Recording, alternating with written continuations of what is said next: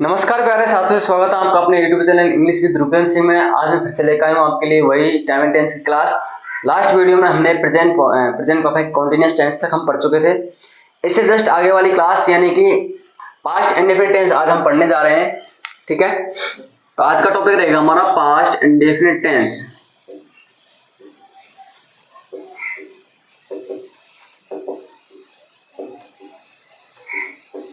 ठीक है, यानी भूत अप्रत्यक्ष का।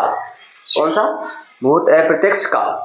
मैंने आपको बताया था कि हम प्रेजेंट में होते हैं तो वर्तमान की चीजें होती हैं, लेकिन जब पास्ट में आते हैं तो बीते हुए कल के बारे में बात करते हैं, जो समय जा चुका है, जो काल हमने कार्य एक्शन कर चुके हैं। ठीक है, तो उस एक्शन के बारे में आज हम बात करेंगे।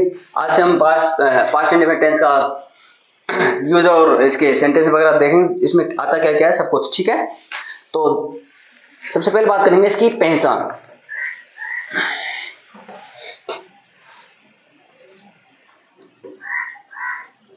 ठीक है, यानी जिन हिंदी वाक्यों के अंत में या ये, ठीक, कौन से? या, ई और ये, एक तो ये, ठीक है, और या फिर आ, ई और ए, ये आ जाए तथा कार्य का भूत में अप्रत्यक्ष, तथा कार्य का भूत में अप्रत्यक्ष रूप प्रत्यक्ष। ठीक है,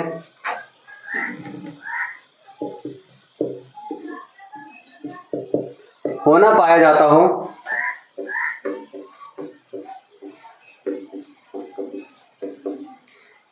एक दूसरे की इस टेंस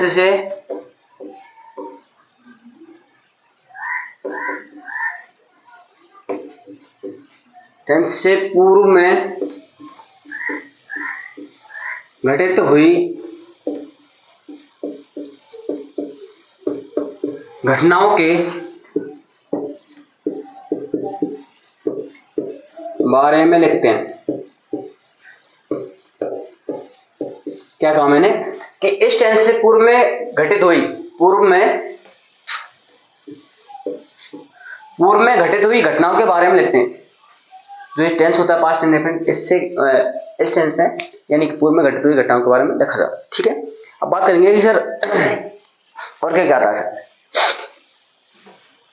इसकी एडवर्ब देख लेते हैं सबसे, उसके बाद एडवर्ब कि सर इसकी एडवर्ब कौन कौन सी है। यानी ये तो क्या हुआ, हिंदी पहचान हो गया। अब इसकी एडवर्ब कौन कौन सी है, ये बहुत अच्छी है।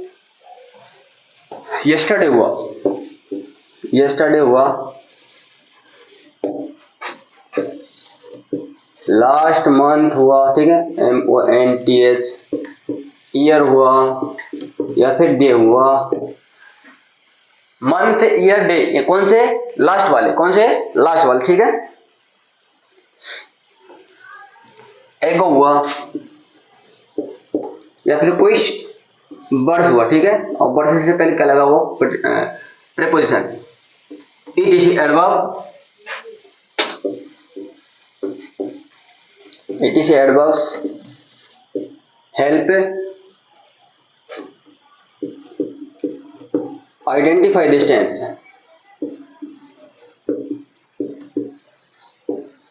ओके, यानी कि यस्टरडे हुआ, लास्ट मंथ हुआ, लास्ट ईयर हुआ या फिर लास्ट डे हुआ, एगो हुआ या फिर कोई साल हुआ और उस साल से पहले प्रीपोजिशन इन लगा हुआ हो, तो एडवर्ब, ये सारी एडवर्ब है किसकी? पास्ट इंडेफिनिट टेंस की। और ये किसको पहचानने में मदद करती हैं? पास्ट इंडेफिनिट टेंस को पहचानने में मदद करती हैं। ठीक है, अब बात करेंगे कि सर इसमें मेन वर्ब। सबसे पहले हेल्पिंग वर्ब कर लेते हैं। ठीक है, अब इसमें हेल्पिंग वर्ब कौन सी है भाई? हेल्पिंग वर्ब है इसकी डिड। कौन सी भाई? डिड। ठीक है, जो सभी कर्ताओं के साथ आती है।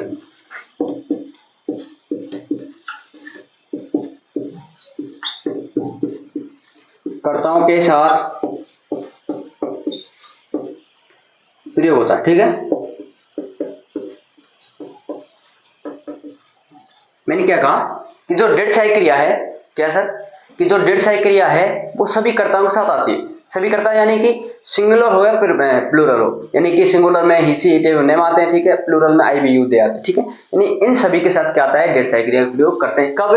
पास्ट इंडेफिनिट टेंस में। अच्छा जी, बात करेंगे सर मेन वर्ब की।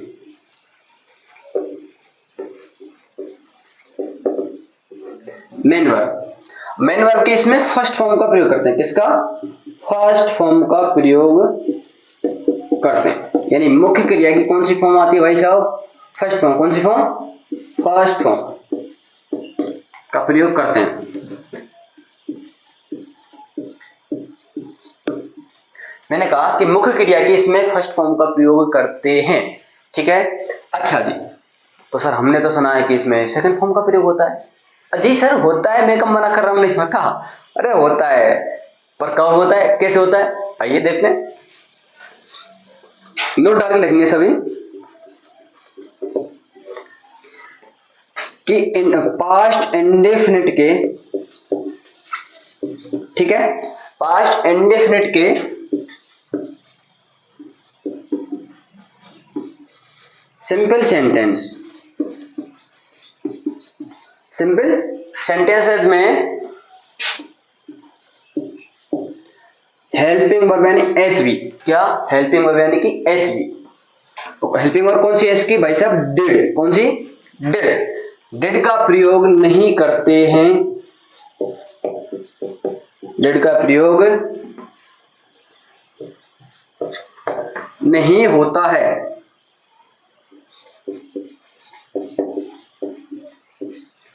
तो हमारे साथ का चीज हो गए, डिड का प्रयोग ना हो तो क्या होता है सर? अच्छा जी, तथा मुख्य क्रिया यानी कि एम बी, ठीक है, मुख्य क्रिया क्या बोलते हैं भाई? एम बी की सेकेंड फॉर्म का प्रयोग करते हैं।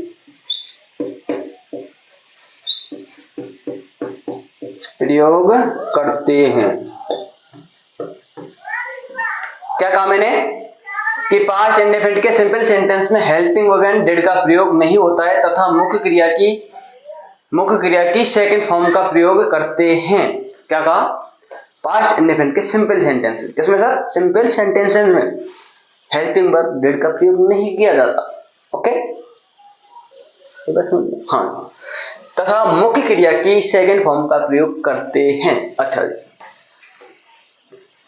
और नेगेटिव तथा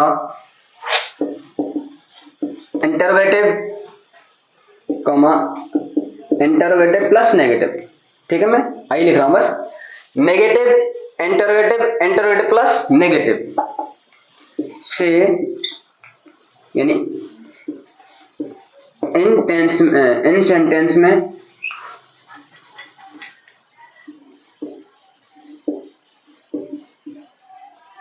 इन सेंटेंसेस में सही क्रिया यानी कि हेल्पिंग वर्ब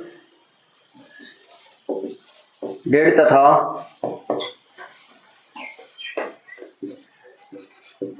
एमबी की फर्स्ट फॉर्म का प्रयोग करते हैं।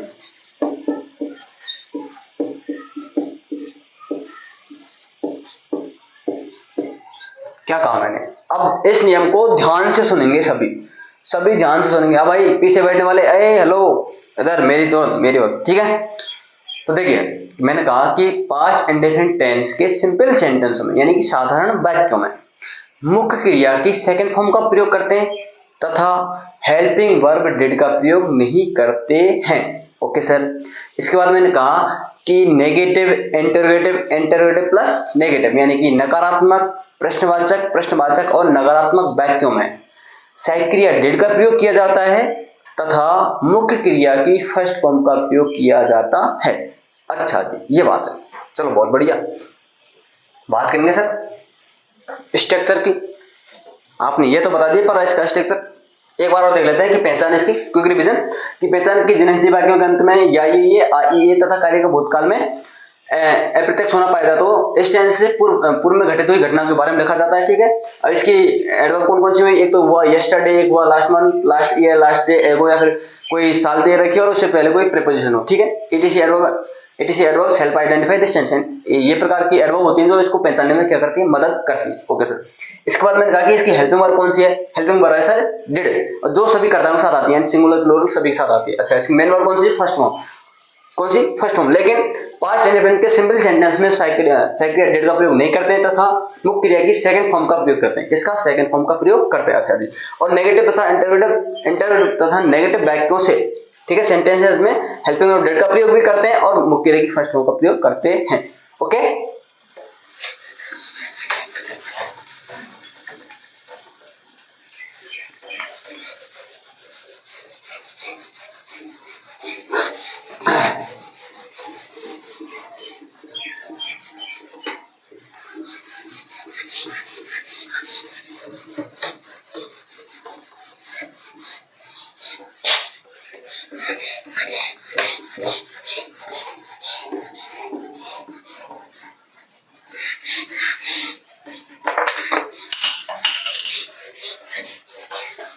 तो यहां तक बात आई समझ में सभी को?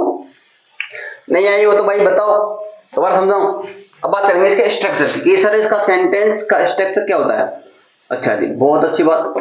देखिए सबसे पहले सिंपल, ओके, सबसे पहले आता है सिंपल में सब्जेक्ट, देन हेल्पिंग वर्ब का इसमें प्रयोग करते नहीं तो क्या आ जाएगी, मेन वर्ब। मेन वर्ब की कौन सी फॉर्म, सेकंड फॉर्म। तो एमबी की सेकंड फॉर्म, कौन सी फॉर्म भाई, सेकंड, प्लस ऑब्जेक्ट आ जाएगा, उसके बाद जो भी कुछ अदर बचा हुआ है यानी एडवर्ब वगैरह वो आ जाएंगे। ओके। इसके बाद बात करेंगे नेगेटिव की। सबसे पहले सब्जेक्ट। अब मैंने कहा था कि नेगेटिव, इंटरवेटिव प्लस नेगेटिव, इनसे किसका प्रयोग करते हैं, सेकंड डेट का प्रयोग भी किया जाता है और एमबी की फर्स्ट फॉर्म का प्रयोग करते हैं। अच्छा, इसके बाद क्या जाएगी, हेल्पिंग वर्ब यानी कि डिड। Okay sir. इसके बाद तीसरे स्थान पर हमेशा नोट आता ही है। उसके बाद यहाँ पर तो लगा रहे हैं हम एमबी की सेकंड फॉर्म, लेकिन यहाँ पर क्या लगा देंगे, नेगेटिव में एमबी की फर्स्ट फॉर्म। ठीक है। अच्छा जी। उसके बाद ऑब्जेक्ट, उसके बाद अदर। ठीक है। बात करेंगे इंटरवेटिव की।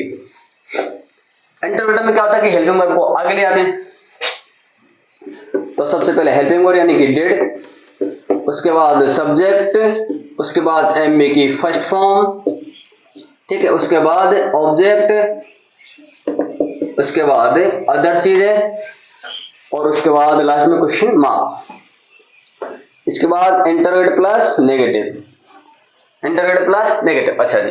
सबसे पहले क्या आ जाएगी, हेल्पिंग वर्ब कौन सी, डिड, उसके बाद सब्जेक्ट आ जाएगा हमारा, ठीक है सर, उसके बाद तीसरे स्थान पर नोट आ जाएगा हमारा, उसके बाद एमबी की फर्स्ट फॉर्म आ जाएगी। ओके जी। उसके बाद ऑब्जेक्ट आ जाएगा, उसके बाद अदर चीजें आ जाएंगी। ठीक है। और लास्ट में प्रश्नवाचक चिन्ह आ जाएगा। कोई दिक्कत इसमें यहां तक नहीं है ना? अच्छा, इसका एग्जांपल देखते हैं।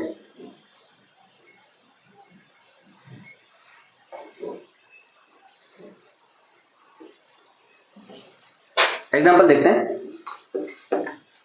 द पुलिस, हाँ जी, पुलिस नहीं पढ़ते इसको, पुलिस, ठीक है, क्या पढ़ेंगे, police. The police arrested him, arrested him yesterday.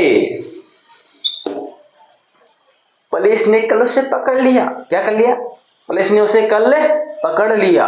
अच्छा, ये कौन सा हुआ हमारा, सिंपल। देखिए सबसे पहले subject in the police, okay जी सर। उसके बाद एमबी की सेकंड फॉर्म, अरेस्ट, अरेस्टेड यानी ये कौन सी फॉर्म है, सेकंड फॉर्म। उसके बाद ऑब्जेक्ट हिम, उसके बाद अदर चीज यानी कि एडवर्ब वगैरह कुछ, ठीक है। इसके बाद देखेंगे नेगेटिव, द पुलिस। अच्छा, यहां तक लेके हमने सब्जेक्ट, उसके बाद क्या लगानी है हमें, नेगेटिव में हेल्पिंग वर्ब, क्या लगानी है भाई, हेल्पिंग वर्ब। अब हेल्पिंग वर्ब कौन सी हुई, डिड, जो सभी कर्ताओं के साथ आती है, कुछ भी हो। अच्छा, अब यहां पर तो कौन सी फॉर्म है, सेकंड फॉर्म, लेकिन यहां पर क्या लगानी है हमें नेगेटिव में, कदर भाई, हाँ, फर्स्ट फॉर्म। कौन सी लगानी है, फर्स्ट फॉर्म। लेकिन ये कौन सा है, नेगेटिव सेंटेंस है, तो तीसरे स्थान पर क्या जाएगा, नॉट, क्या जाएगा, नॉट। उसके बाद क्या लगानी है, एमबी की फर्स्ट फॉर्म।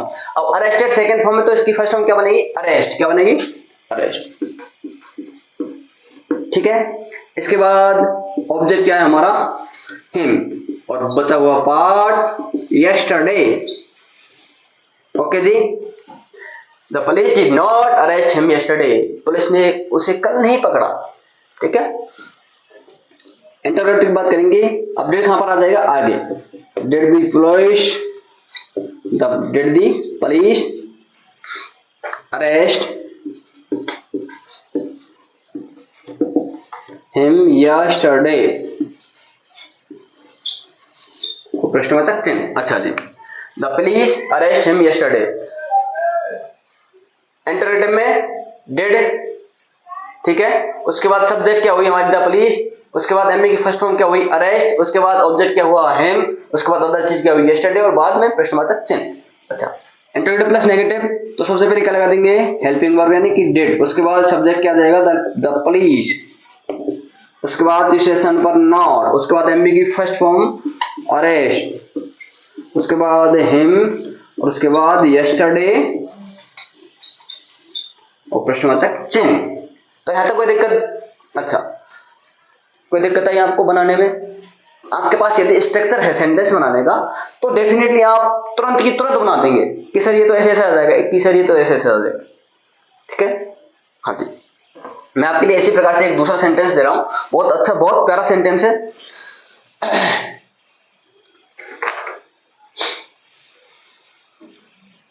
देखिए, बहुत प्यारा सेंटेंस कि इंडिया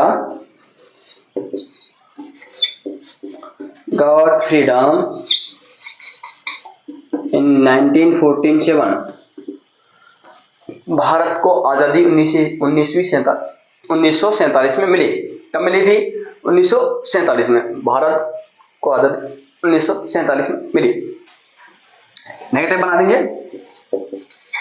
इंडिया डिड नॉट,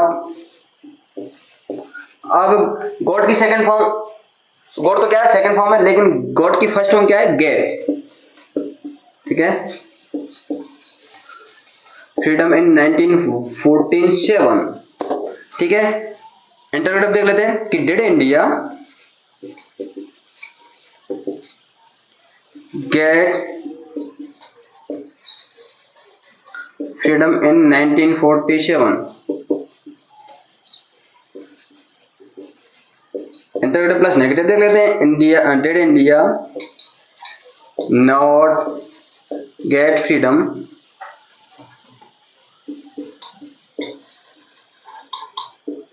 इन 1947 और प्रश्नवाचक चिन्ह। ठीक है, तो दोस्तों यहां तक सभी को समझ में आ जाना चाहिए। अगर नहीं आया तो फिर दोबारा पे समझा देंगे हम, तो हमारे पास घर की खेती है, कोई बात नहीं, समझ लियो। अच्छा जी, आ गए सभी को? हाँ जी सर, तुम्हें, तुमको, चलो। तो यहां तक तो हमने बात की थी नॉर्मल, अब बात करेंगे इसमें वेरिएशन क्या क्या है।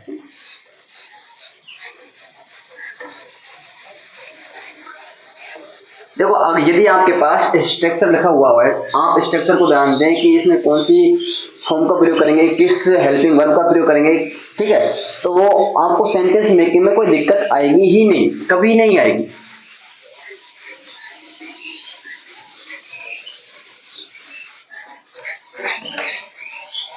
अब बात करेंगे कि सर इसके अलावा भी और कहां कहां पर आता है पास्ट इंडेफिनिट टेंस। बहुत बढ़िया साहब, चलो साहब बात करेंगे। लाओ,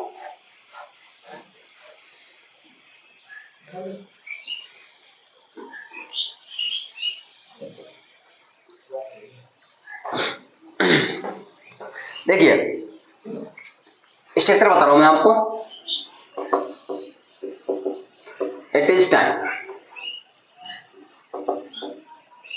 इट इज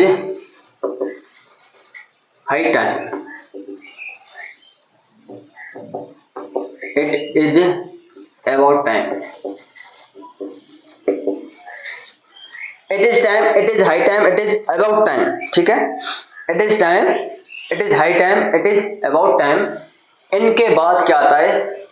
सब्जेक्ट आती है, ठीक है, और उसके बाद एमबी की सेकंड फॉर्म का प्रयोग करते हैं प्लस अदर, यानी कि पास्ट इंडेफिनिट टेंस का सिंपल सेंटेंस इधर यूज होता है।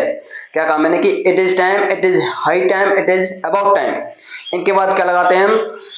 सेकंड फॉर्म का प्रयोग करते हैं, यानी सब्जेक्ट प्लस सेकंड फॉर्म का प्रयोग करते हैं। एग्जांपल्स देखते हैं। It is time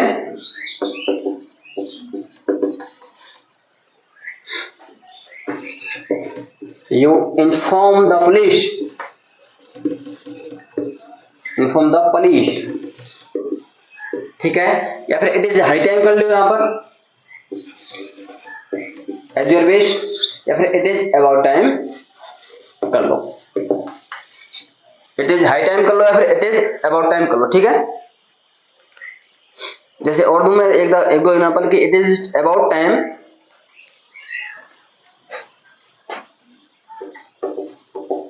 it is about time she reached there,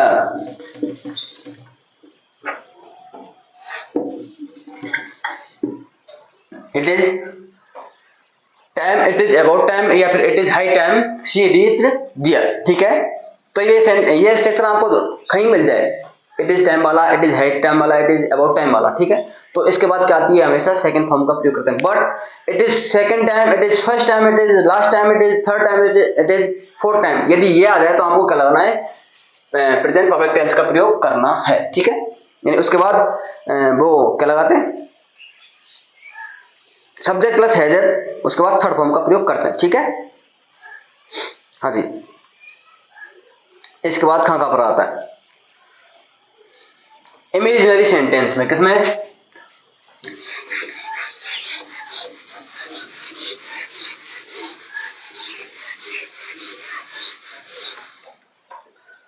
तो दोस्तों इस वीडियो को मैं इतना ही रखूंगा। इससे आगे जो आने वाला पार्ट होगा वो सेकंड वीडियो में होगा। तो थैंक यू, नमस्कार, जय हिंद साथी।